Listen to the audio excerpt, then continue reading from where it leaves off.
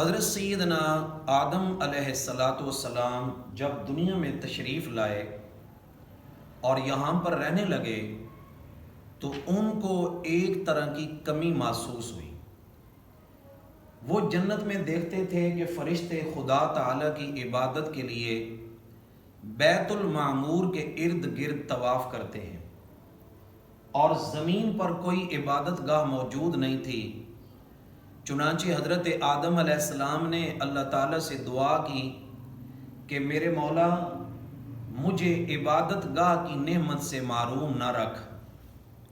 چنانچہ اللہ تبارک و تعالیٰ نے فرشتوں کو آدم علیہ السلام کی مدد کے لیے مامور کیا کہ زمین پر بھی بیت المعمور کی طرح ایک عبادت گاہ تعمیر کی جائے۔ چنانچہ فرشتوں نے بیت المعمور کے عین نیچے ایک جگہ کا انتخاب کیا اور وہاں کعبہ کی تعمیر شروع کی، اور یہ بیت المعمور کے اتنے سیدھ پر تھا کہ اگر بیت المعمور سے کوئی پتھر پھینکا جائے تو سیدھا کعبے کی چھت پر گرے۔ یہ کعبہ جو حضرت آدم علیہ السلام کے لیے بنایا گیا وہ زمین پر حضرت نوح علیہ السلام کے طوفان کے زمانے تک قائم رہا۔ طوفان نوح کے بعد اس کے آثار ختم ہو گئے۔ حضرت نوح علیہ السلام کے زمانے میں اس کی تعمیر جدید کا کوئی پتہ نہیں چلتا، لیکن ان کے بعد جو بڑے پیغمبر آئے وہ حضرت سیدنا ابراہیم علیہ السلام ہیں۔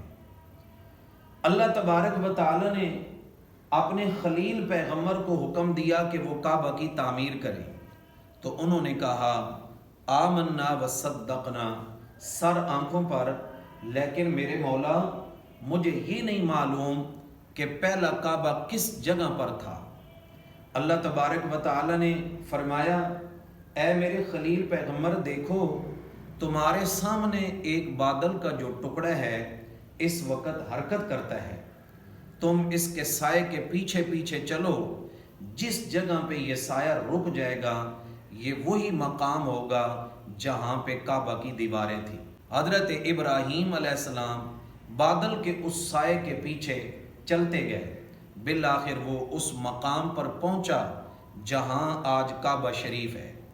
حضرت ابراہیم علیہ السلام نے وہاں پر نشان لگائے، اور نشان لگانے کے بعد کھدائی شروع کی تو نیچے سے وہ پرانی عمارت اور وہ پرانی دیواریں حضرت ابراہیم علیہ السلام کو نظر آئیں۔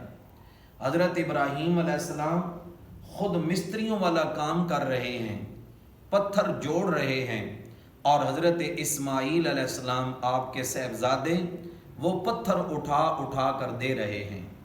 اللہ تبارک و تعالی نے قرآن مجید میں نقشہ کھینچا وَإِذْ يَرْفَعُ إِبْرَاهِيمُ الْقَوَاعِدَ مِنَ الْبَيْتِ وَإِسْمَاعِيلُ، وہ وقت بھی قابل ذکر ہے کہ جب حضرت ابراہیم اور حضرت اسماعیل علیہ السلام بیت اللہ کی دیواریں بلند کر رہے تھے۔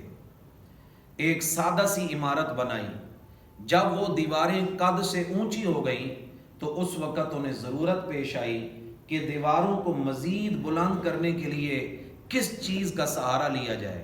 چنانچہ ایک پتھر پر کھڑے ہو کر کعبہ کی تعمیر کی۔